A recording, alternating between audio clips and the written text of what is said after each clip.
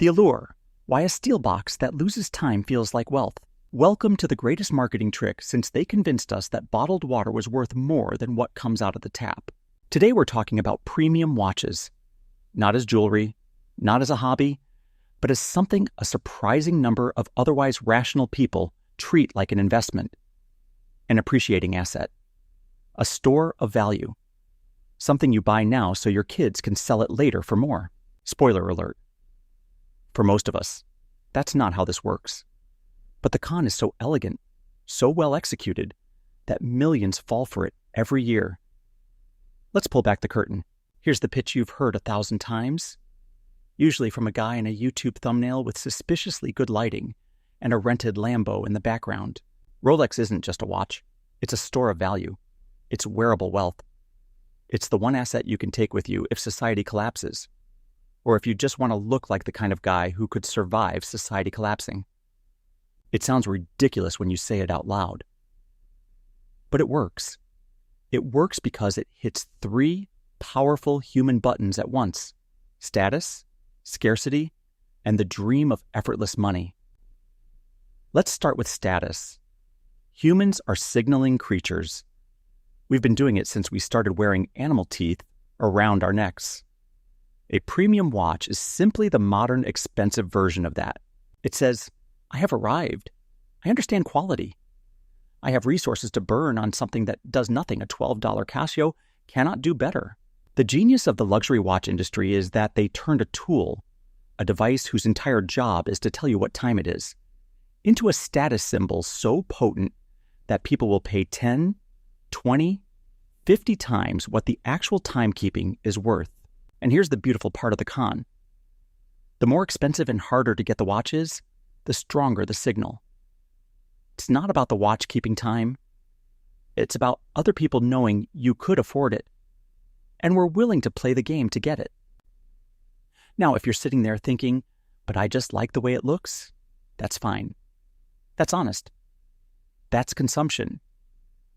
What we're dissecting today is the people who buy these things and then whisper to themselves or to their financial advisor. And it's a good investment too. That little voice is the sound of the trap springing shut. The second button is scarcity, or more accurately, the appearance of scarcity. Rolex doesn't flood the market with Submariners the way Toyota floods the market with Camrys. They control supply. They create waiting lists. They let certain models become nearly impossible to buy at retail. Then they sit back while the secondary market goes nuts, and everyone treats the retail price like it's some kind of discount. It feels like investing because it behaves, temporarily, like investing. Limited supply plus rising demand equals higher prices. That's basic economics. The problem is that the scarcity is manufactured, and manufactured scarcity can be unmanufactured the moment it stops being profitable, unlike actual scarce assets. Beachfront land in desirable locations, or the last working Bitcoin mining rig in a power outage. Watch scarcity is a marketing decision, and marketing decisions can change. The third button, and this is the one that really separates the marks from the professionals, is the wearable wealth story. Back when a lot of serious watches were made of gold, there was at least a floor. Gold has intrinsic value. You could melt the thing down and get something back. It was portable wealth with a heartbeat. Most of the watches being hyped as investments today, stainless steel. Beautifully finished stainless steel, sure, but intrinsically worth a few $100s in metal. The rest of the price is brand, finishing, marketing, and the hope that the next guy will pay even more for the same story. It's like buying a Ferrari and telling yourself it's an investment because it's red and goes fast. Fun? Absolutely. A good way to store capital over decades? Ask anyone who bought one in 2021 and tried to sell it in 2025. Here's the part the brochures don't mention. That beautiful mechanical movement inside your $12,000 watch is, at best, going to gain or lose a few seconds a day. A decent quartz watch from 1978 could do better. Your phone does it for free. But we don't buy these things to know what time it is. We buy them so other people will notice what time it is when we check our wrist instead of our pocket. That's not an investment thesis. That's a personality trait with a price tag.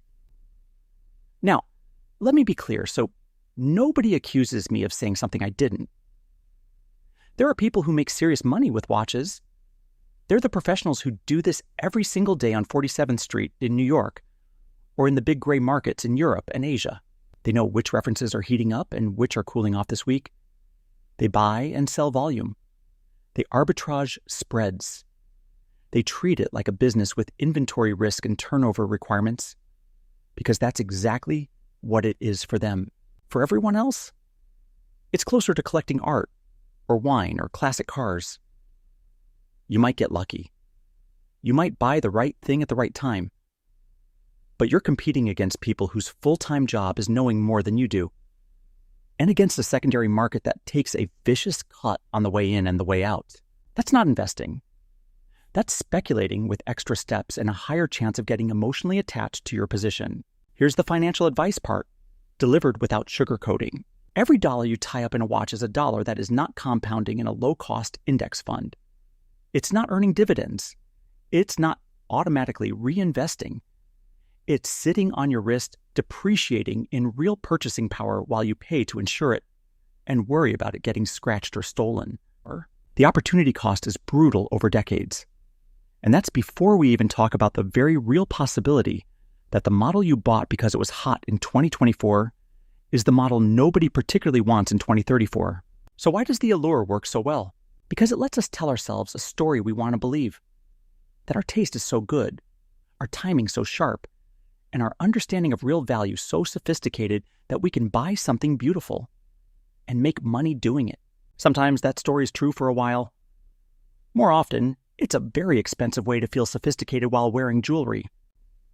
Next episode, we're going to stop talking about feelings and look at the actual numbers. 30 years of watch performance data versus the boring old stock market. Some of it might surprise you. Most of it won't flatter the investment narrative. Until then, if you're going to buy a watch, buy the one you actually want to wear. Just don't lie to yourself or your accountant about why you're really buying it.